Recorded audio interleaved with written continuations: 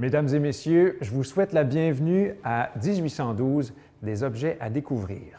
Une série de 3 capsules historiques mettant à l'honneur des artefacts inédits du Château Ramsay en lien avec certains personnages et faits de la guerre de 1812. Cette capsule, intitulée « 1812, Charles-Michel d'Irumberry de Salaberry et l'approche canadienne », vous permettra notamment d'en apprendre davantage sur celui qui devint le héros de Châteauguay ainsi que sur son illustre famille, en plus de croiser en route le duc de Kent et certains artistes comme le peintre et miniaturiste Anson Dickinson, ainsi que le baron danois Helmut de Derkinck-Honfeld. Je vous invite donc à me suivre dans ce voyage des plus instructifs à travers l'histoire.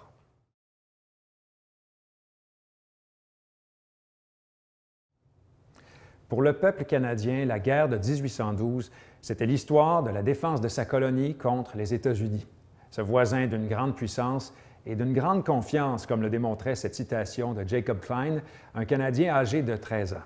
Le moral des Américains était très haut, et lorsque j'ai dit que j'étais Canadien, l'un des officiers s'est mis à rire et m'a dit « Vous serez bientôt régi par le gouvernement américain, mon garçon. » J'étais assez frondeur, comme la plupart des garçons de mon âge, et je lui ai répondu « Je ne suis pas très certain de ça, moi. » La guerre de 1812 constitue donc un point tournant dans l'histoire de notre pays, une défense qui permit à l'Amérique du Nord britannique de devenir un pays indépendant.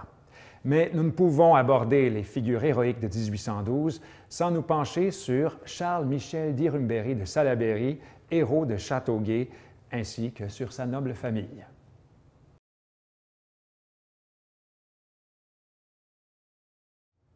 Les Irumberry de Salaberry sont des descendants d'anciennes noblesses françaises d'origine basque. Plusieurs générations de cette famille ont joué un rôle important, soit dans la vie militaire ou politique.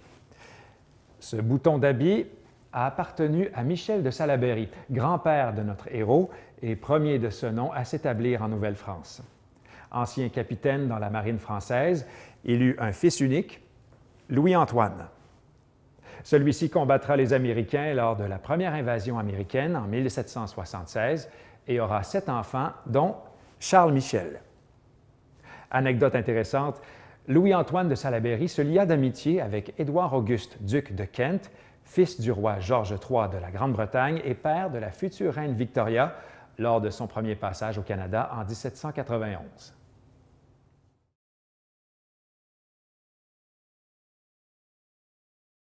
De sang royal, le duc de Kent, que l'on peut apercevoir sur cette peinture, sera présenté à la haute société bourgeoise de Québec et Beauport. Celui-ci appréciera tellement l'accueil qui lui sera fait qu'il acquérera une maison d'été située à Sorel.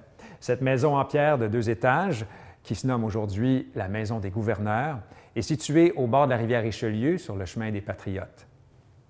Avant de quitter le pays, le duc promit à Louis-Antoine de Salaberry de veiller sur la destinée de ses 4 fils. C'est en Angleterre que le duc de Kent les fera étudier dans les plus grandes écoles et leur offrira leurs premiers uniformes ainsi que des postes et titres militaires.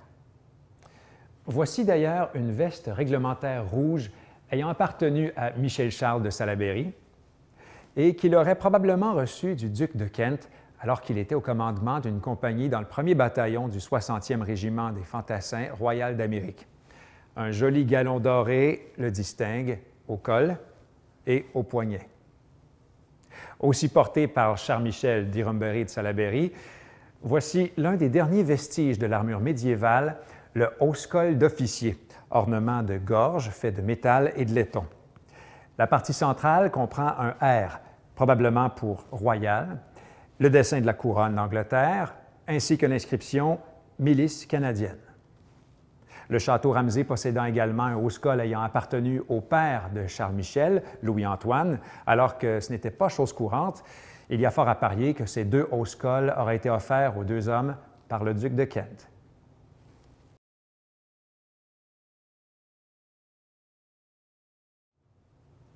Né à Beauport le 17 novembre 1778, Charles-Michel d'Irumberry de Salaberry s'engagea comme volontaire dans l'infanterie britannique dès l'âge de 14 ans. Salaberry sera d'abord en garnison à Québec, puis transféré aux Antilles en 1794. À la fin de 1799, de Salaberry est promu capitaine Et en juin 1803, on lui confia le commandement d'une compagnie dans le premier bataillon du 60e régiment de fantassins royal d'Amérique.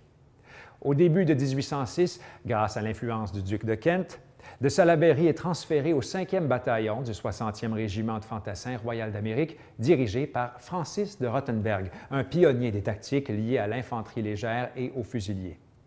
En juin 1810, de Rottenberg est posté dans le Bas-Canada et de Salaberry le suit en tant qu'aide de camp. En juillet 1811, de Salaberry obtient son brevet de major et en 1812, il proposa la formation d'un corps d'armée provincial, les Voltigeurs canadiens. Le 26 octobre 1813, il acquérera sa grande renommée lorsqu'il repoussera une force de plus de 5000 Américains à Châteauguay.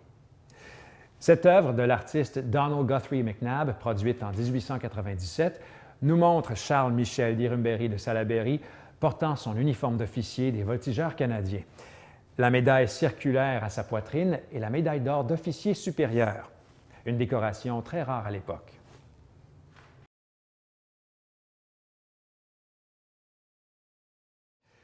Cette miniature, aquarelle sur ivoire, de Charles-Michel d'Irumberry de Salaberry, a pour sa part été réalisée par Anson Dickinson en 1825.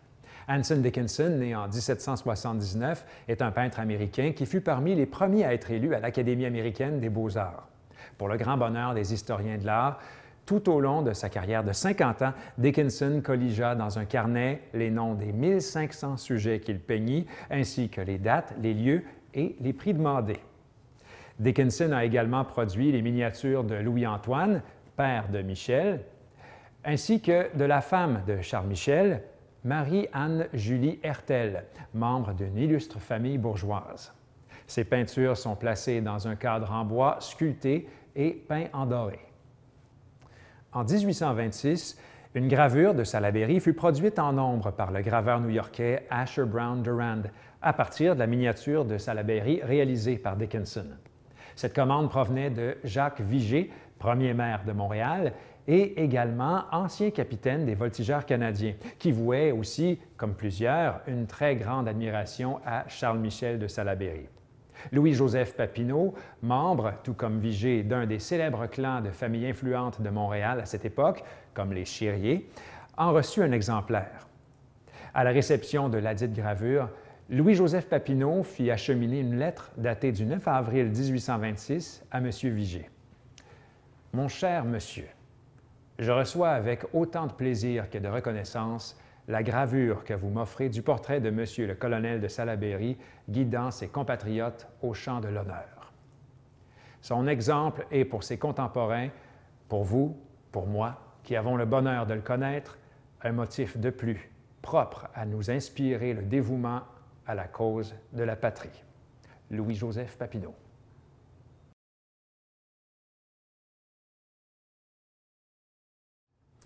Voici maintenant un bicorne fait de castor, soie, cuir, coton, fil d'or, métal et carton, ayant appartenu à Charles-Michel de Salaberry, qui, comme nous pouvons le constater sur cette peinture, le portait probablement lors de la fameuse bataille de Châteauguay.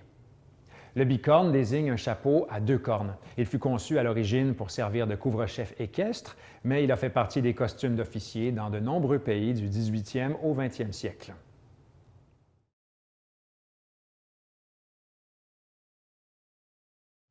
Cette œuvre est une représentation de la bataille de Châteauguay, peinte par l'artiste Evino Helmut de Derking-Honfeld. Né en 1835 et mort en 1912, le baron Honfeld était un artiste danois de grande réputation. Les peintures à l'huile de l'artiste sont considérées comme étant d'une grande rareté, puisque la plupart se retrouvent dans des collections privées. Sur cette toile, on peut apercevoir les soldats dirigés par Charles-Michel de Salaberry aller affronter les soldats américains. La bataille de Châteauguay, qui se déroula le 26 octobre 1813, est considérée comme l'un des hauts faits d'armes de l'histoire canadienne.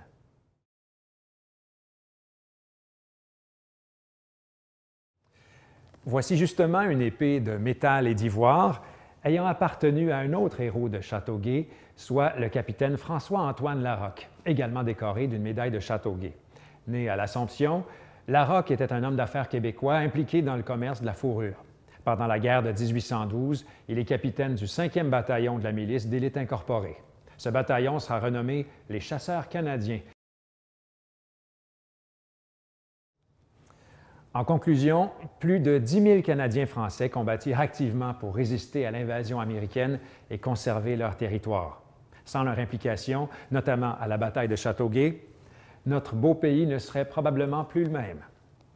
Mesdames et messieurs, une question me vient à l'esprit et je vous quitterai sur celle-ci. Selon vous, Charles Michel de Salaberry a-t-il reçu les honneurs qu'il méritait?